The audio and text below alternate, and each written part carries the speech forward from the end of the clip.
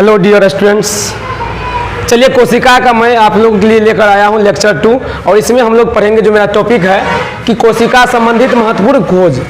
कोशिका के बारे में वैसे ही कोशिका विज्ञान या कोशिका जो है ये बायोलॉजी का सबसे बड़ा टॉपिक नहीं है, इसके बारे में बहुत चीज़ खोज किया गया है। ठीक, तो एक एक करके हम जानते हैं, बहुत सारी बात आप लोग जानते भी हैं। हो सकता है कि यह लेक्चर आप लोगों के लिए बहुत ही लाभदायक हो, तो इसलिए हमारे चैनल से आप लगातार जुड़े रहेंगे और ये वीडियो अगर अच्छी लगे, ये लेक्चर अगर अच्छी लगे तो इसे लाइक करेंगे और अपने दोस्तों में शेयर भी करेंगे।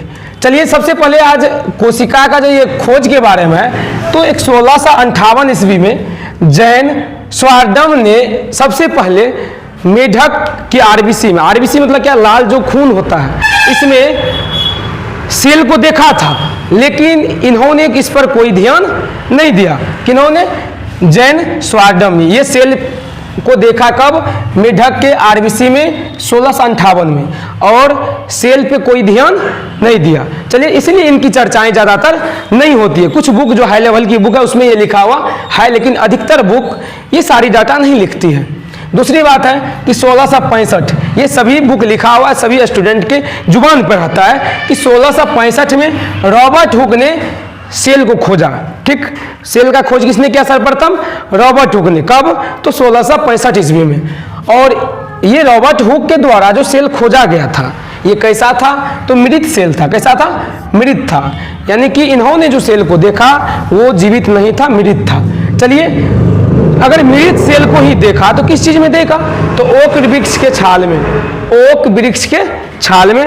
और इस मृत सेल को छाल में जो देखा था इसका नाम रखा इन्होंने ये कॉर्क, यानी कि छाल को ही कॉर्क बोलते हैं। इनका नाम इन्होंने रखा क्या?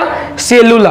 और बाद में देखिए, रॉबर्ट हुक ने पहली बार जब सेल को देखा था तो सेल नहीं कहा था, आप क्लियर रहेंगे इनसे कि इन्होंने क्या कहा था? सेलुला कहा था। और बाद में इन्हीं नाम को जब ये बहुत आगे बढ़ गए, सेल के बारे में डीपली स्टडी किए, सेल संबंधित बुक लिख दिए, तो इनके बाद सेल से क्या नाम दिए? सेलुला से क्या नाम रखा? सेल। चलिए, इनके बाद ये तो मृत सेल तक सीमित रहा ना। इनके बाद 1674 ईस्वी में, 1674 ईस्वी में कौन आए? लीवेनहॉक क्या किए? जीवित कोशिका को खोजा। लेकिन सबसे अधिक जो दर्जा दिया जा रहा था वो रॉबर्ट हुक को। लीवेनहॉक के बातों को वैसे समझिए कि नहीं, मतलब ध्यान दिया जा रहा था उनके बातों पे। तो जीवित कोशिका को किन्होंने खोजा? लीवेनहॉक ने। किस चीज में खोजा? बैक्टीरिया। और इस बैक्टीरिया को कहेगा किस चीज में देखा था? तो वर्षा के पानी में। ठीक, तो बैक्टीरिया पे खोजने से इनको कोई ज्यादा तहजीब नहीं दिया गया, तो इन्होंने बोला कि सिर्फ मैंने बैक्टीरिया में ही सेल नहीं देखा है, प्रोटोजोआ में भी देखा है, ईस्ट में भी देखा है, आरबीसी जो होता है खून, इसमें भी देखा, और स्पर्म में भी देखा, यानी शुक्राणु में भी देखा। लेकिन इन्होंने भी सेल यानी कोशिका को सेल नहीं कहा था। ठीक, इन्होंने क्या कहा था? एनिमलक्यूल कहा था। ठीक, तो ये बात सही है कि सेलुला कहा था रॉबर्ट हुक, लेकिन सेलुला से क्या फिर कहा? सेल। ठीक, तो सेल शब्द, सेल जो कहा, ये सेल को, सेल जो ओरिजिनल नाम उसका होना चाहिए, रियल नाम होना, उन्हें रॉबर्ट हुक ने दिया था। लेकिन एक सेल शब्द है, सेल शब्द का बात किया जाए किसने दिया था? तो सेल शब्द हर्ट फिग ने दिया था। ठीक है, चलिए, फिर कोशिका के बारे में क्रांति आई। 19वीं सदी में एक क्रांति आई कोशिका के क्षेत्र में और विभिन्न तरह की खोज होने लगा। तो 1831 में 1831 ईस्वी में रॉबर्ट ब्राउन आए और इन्होंने खोज निकाला। किसको? तो कोशिका के अंदर में केंद्रक को। और कहेगा किस चीज में देखा था? तो आर्किड पौधों की जड़ की कोशिका में, आर्किड पौधे की जड़ की कोशिका में इन्होंने क्या देखा था? केंद्रक को देखा। ठीक, इसी तरह से विभिन्न तरह का खोज होते चला। फिर आगे की जब बात आई तो जीवद्रव, जो कि जीवन का एक भौतिक आधार है, जीवद्रव। ठीक, तो जीवद्रव का खोज होना शुरू हुआ। तो सर्वप्रथम कोर्टी नामक वैज्ञानिक ने इनको देखा था। किसको? जीवद्रव को। ठीक, और इन्होंने इनके बारे में ज्यादा कुछ नहीं कर पाया। देखना और खोज करना और एक रियल मतलब उसको नाम देना, इसमें बहुत फर्क है। तो सर्वप्रथम कोर्टी नामक वैज्ञानिक ने देखा था किसको? जीवद्रव को। और 1835 में बोला ये तुम देखा है तो जो बचा काम उसको मैं पूरा करता हूँ। 1835 ईस्वी में जुजारदीन ने इसको खोज लिया। किनको? जीवद्रव को। 1835 में जुजारदीन ने खोजा। किनको खोजा? जीवद्रव को। लेकिन इन्होंने भी जीवद्रव रियल नाम नहीं दे पाया। इन्होंने क्या नाम रखा था? सारकोड। ठीक है, क्लियर हो गया कि खोज की बात किया जाए तो 1835 में खोजा कौन? जुजारदीन, और इनका नाम क्या रखा? सारकोड। ठीक है, फिर 1839 में इन्हीं नाम पर, अब होता क्या, एक चीज का जो खोज होने लगता तो उस पर सभी अपना ध्यान देना शुरू करते हैं, तो जो अधूरा काम है वो एक ना एक आकर के पूरा करते रहता है। ठीक, 1839 ईस्वी में पुरकिंजे ने इन्हें जीवद्रव को रियल नाम दिया, अर्थात सारकोड से नाम बदलकर प्रोटोप्लाज्म यानी कि जीवद्रव रख दिया।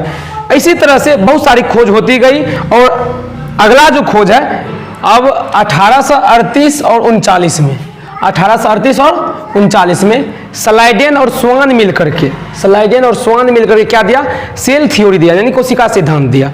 कोशिका सिद्धांत आगे बताएंगे।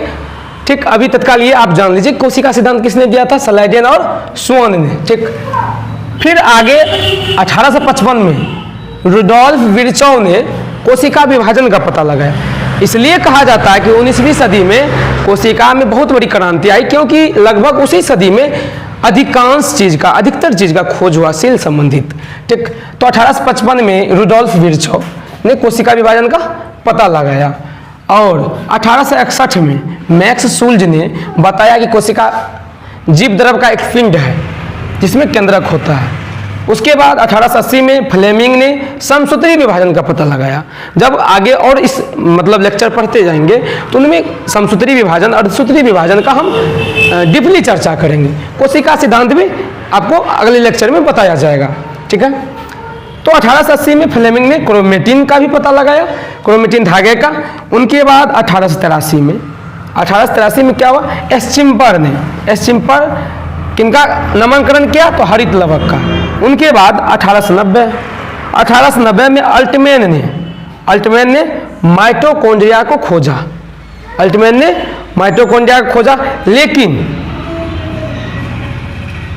लेकिन इन्होंने माइटोकॉन्ड्रिया को बायोब्लास्ट नाम दिया था। बायोब्लास्ट, इन्होंने माइटोकॉन्ड्रिया लेकिन बायोब्लास्ट नाम रखा। यानी कि 1890 में अल्टमैन माइटोकॉन्ड्रिया को खोजा, लेकिन इनको माइटोकॉन्ड्रिया नाम नहीं दिया था। इनका नाम क्या दिया था? बायोब्लास्ट। फिर 1897 ईस्वी में बेंडा नामक वैज्ञानिक जो है, इन्होंने क्या किया? बायोब्लास्ट से क्या नाम दिया? माइटोकॉन्ड्रिया।